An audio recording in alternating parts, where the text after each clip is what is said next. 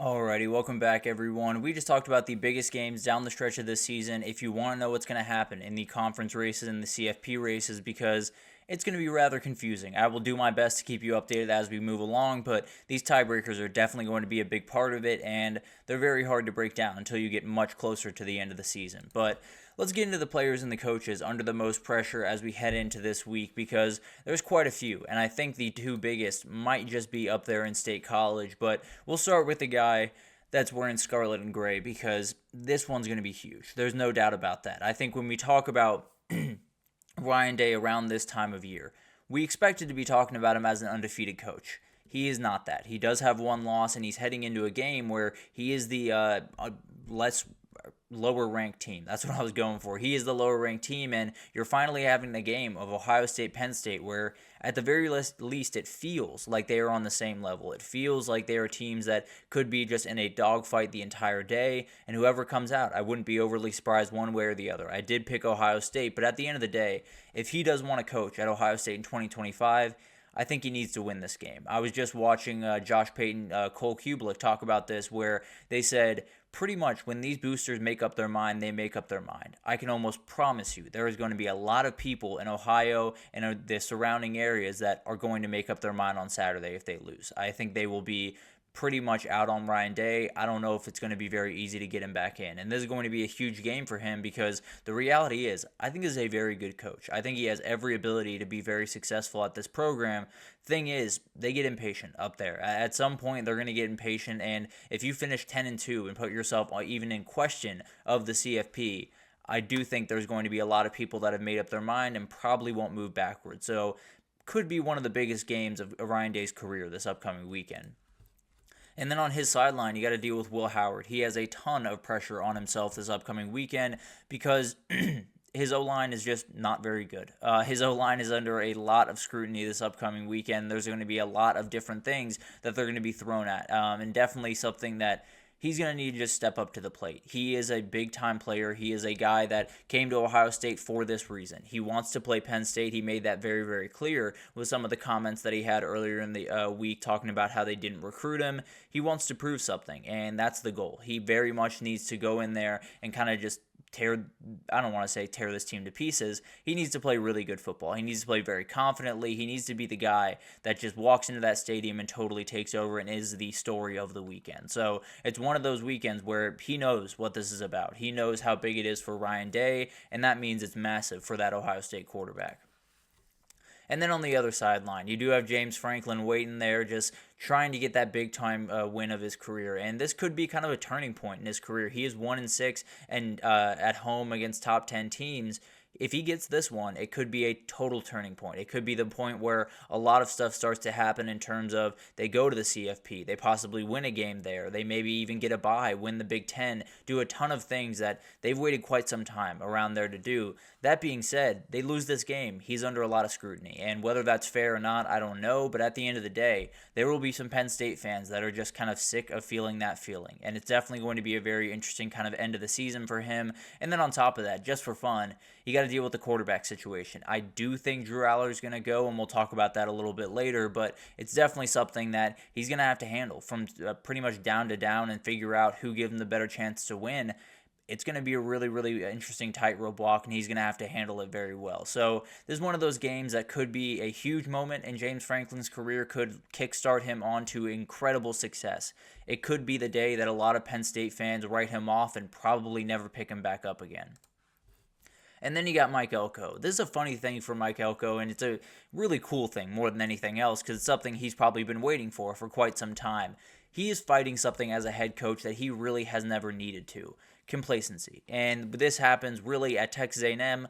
Doesn't necessarily happen too much at Duke. You know, it's not necessarily something that Duke has to worry about at least too much, because you don't have a second to be complacent. You're not nearly as talented as a lot of those other teams out there.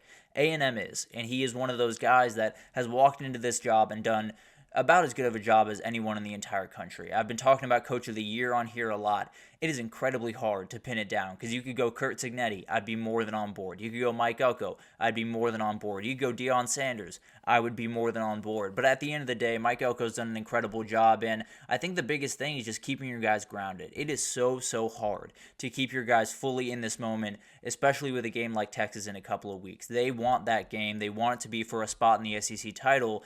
They don't get there without a win here. So it's going to be a huge one. And then like James Franklin, he's staring down a quarterback issue, and he's got to figure out who gives him a better shot. His job is probably a little bit tougher, frankly. It's one of those games where things get a little bit sketchy, and then you got to decide, do you keep Marcel Reed in there? Do you even start Marcel Reed to start the game? It's going to be very interesting, and one where I wouldn't be surprised even a little bit if we saw both quarterbacks in this game and no one really took it with a ton of confidence at the very least, or took the job, I guess, with a ton of confidence is what I mean there.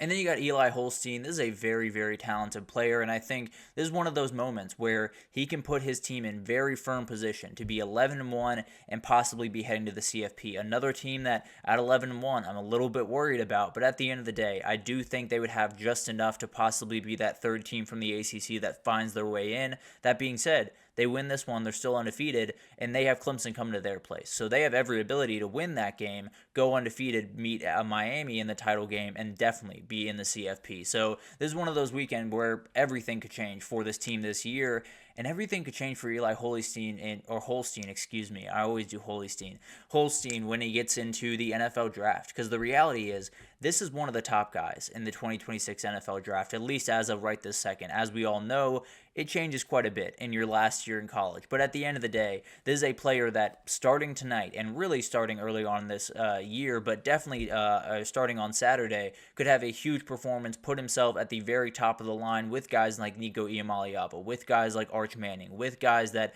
have the ability to be elite NFL talents.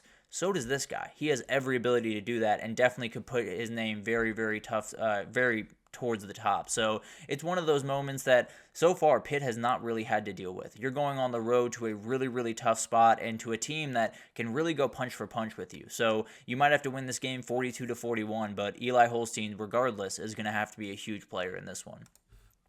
On the other sideline, you got Scott Simons, and he has to deal with a whole lot as the defensive play caller for SMU. And you have Eli Holstein. That's an incredibly tough player to corral in and of itself. Then you got Desmond Reed. Then you got Kanata Munfield. Then you got a number of other guys that are going to cause issues for you on the defensive side of the ball. And SMU's been a little bit hit or miss. They've played good defense at times, and those linebackers fly all over the field, and then at times they'll get beat deep a couple of times per game, and it's one of those things where you probably can't have that happen here. You don't have the ability, especially with a quarterback that a little bit up in question this week, so we'll talk about that a little bit later, but especially with all of the questions that you have to make sure that everyone is fully locked in on what you're doing, and you have to make sure that you're doing everything you can from a play calling perspective to put them in the best position to win, because the reality is your defense is going to have to step up at some point. It can't just be that shootout that we just talked about with Eli Holstein. It can't be that for SMU probably. It's one of those things where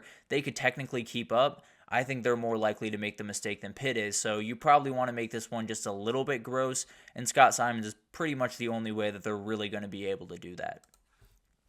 Then you got Ashton Jeanty, and this is one that I want to talk about here because you have a huge conference game at night at a normal time at 8 p.m., not at 10:30 or whatever they normally kick off at. He has a real chance to, I don't want to say take a hold of the Heisman race, but I do think he could find himself back towards the top. I think, Dylan Gabriel's been making up a ton of ground. Cam Ward is doing Cam Ward things. You have Travis Hunter just being an absolute monster over there in Boulder.